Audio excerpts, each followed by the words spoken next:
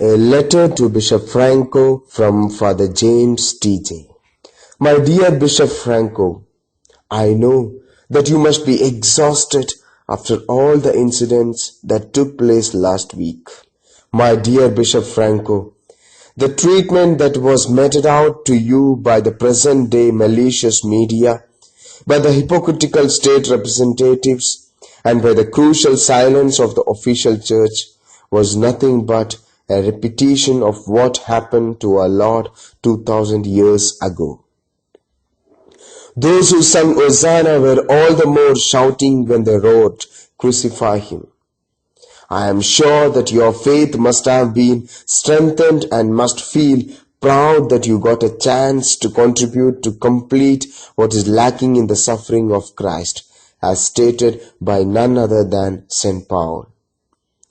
My dear Bishop Franco, I believe that all our connections and influences are just temporary. They last as long they think that we are of use to them. But the one who is unconditionally faithful is always our Master Jesus. And I am sure that He has a plan that in all that you suffer today, and that one day He would vindicate you, at least in His presence. Who cares what the world thinks once one is sure of the faithfulness of his Master that outstretches His hands, invisible often but surely and certainly over you?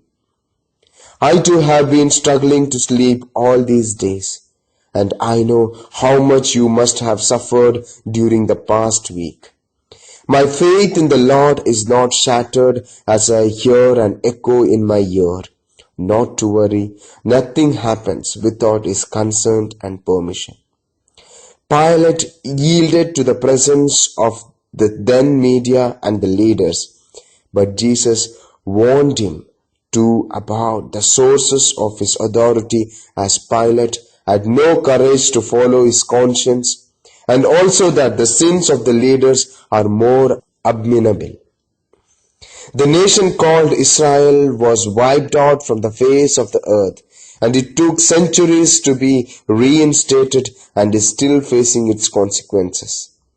Let God spare the people of Kerala.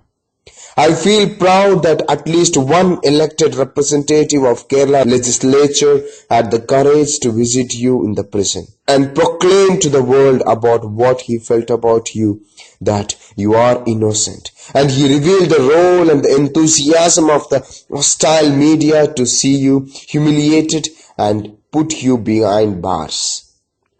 No wonder he was compelled to reveal the alleged victim's face to the world without any pretensions or hesitations.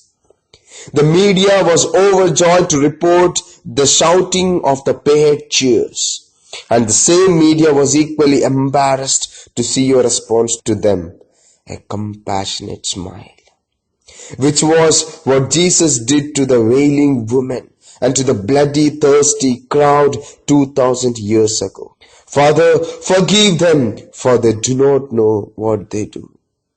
Your Master was paraded naked, carrying the cross. Your clothes are removed by the authorities, and your saliva is sampled in bottles.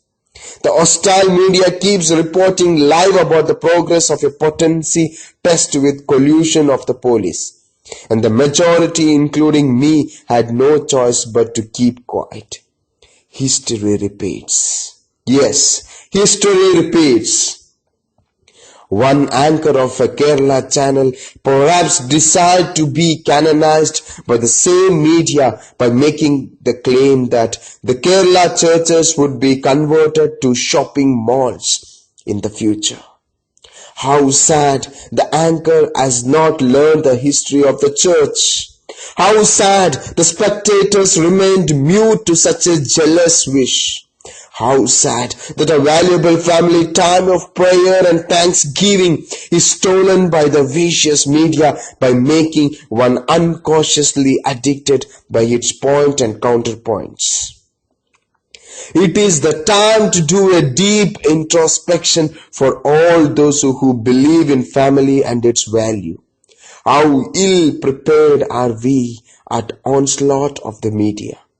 The media seems never interested to report to the public that the place that used to stay at Kurvilangad belonged to your diocese, and that it is not merely a convent and there is nothing unusual in your stay in that particular place. They have only one aim, and let them realize that they will succeed for a week or a month, but ultimately truth will prevail in the end. My dear Bishop Franco, did you not notice that those who sponsored the so-called public protest were the persons with dubious characters? The enthusiasm of the people of the religious was nothing but dubious. Some were seen giving arati to the agitated Christian nuns. The self-proclaimed priest looked like porters visible anywhere in Kerala bus stations.